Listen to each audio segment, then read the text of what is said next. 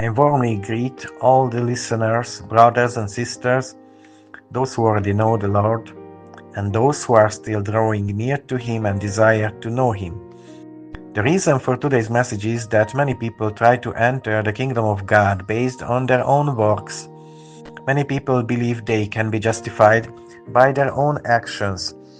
Such people either have no assurance of salvation or they have a false assurance.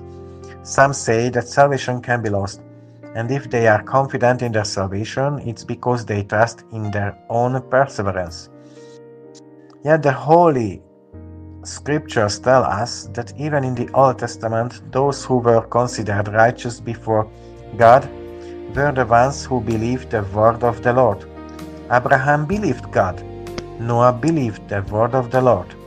Elijah and Elisha believed him as well. And they were all deeply flawed and sinful people. Let's not forget David either.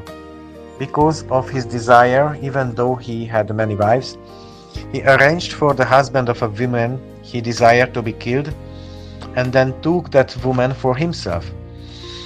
Yet the scriptures still speak of David as a man who was righteous before God.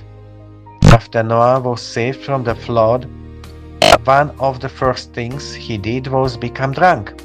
Yet he still found grace in the eyes of the Lord. Why? Because he believed the word of God. When God warned him about the coming judgment, he believed him and built the ark in the midst of mockery and ridicule. That ark was a beautiful picture of our own salvation. Our ark is Jesus Christ. Why are we considered righteous? Is it because our works are so good? As I have said many times before the Lord, even our best works are like filthy garments. If we think we will enter the kingdom of God because we attend church, pray or help the poor, then we are greatly mistaken. Of course, these things are important, but they are the evidence of salvation, not the condition of salvation. The book of Proverbs says, "Do you see a man wise in his own eyes? There is more hope for a fool than for him." What does this mean? It means that the person who believes he can justify himself before God by his own works is holding on to a very foolish idea. Because the scripture says clearly, "There is no righteous person, not even one. All have sinned and fall short of the glory of God." Are you still trying to enter the kingdom of God by your own strength? Do you still believe that you are one of the wise virgins because of your own effort? This passage is often misunderstood. Do you know who the wise virgin is? The wise virgin is the one whose oil never runs out.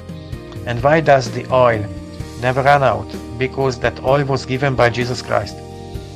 What comes from Christ will never run out. It cannot be lost. But if you try to preserve your own little supply of oil, it will surely run dry. That is why we are completely dependent on Jesus Christ.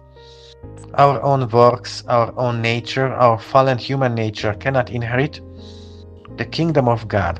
This is why we need an entirely new nature, one that comes from above, given by Jesus Christ. It doesn't come from within us. It cannot be obtained by knowledge or effort. It's received by grace through faith. If you have received this gift, rejoice in it, and know that you will endure to the end, not because of your own strength, but because of the life of Christ within you. It's that new nature that endures. Flesh and blood cannot inherit the kingdom of God. When the day of the Lord comes, first those who died in Christ will rise, and then those who are still alive will be transformed.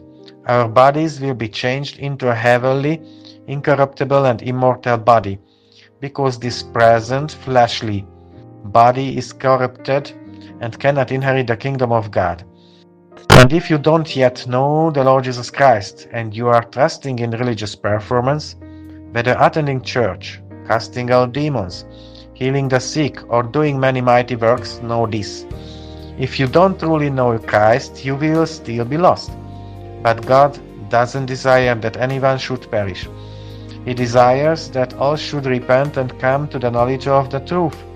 And what is the will of God? The will of God is this, that you believe in the one whom He has sent. This is the only way of salvation. Stop striving, believe in the Lord Jesus Christ, and you will be saved, you and your household. Thank you for listening. May the Lord bless you.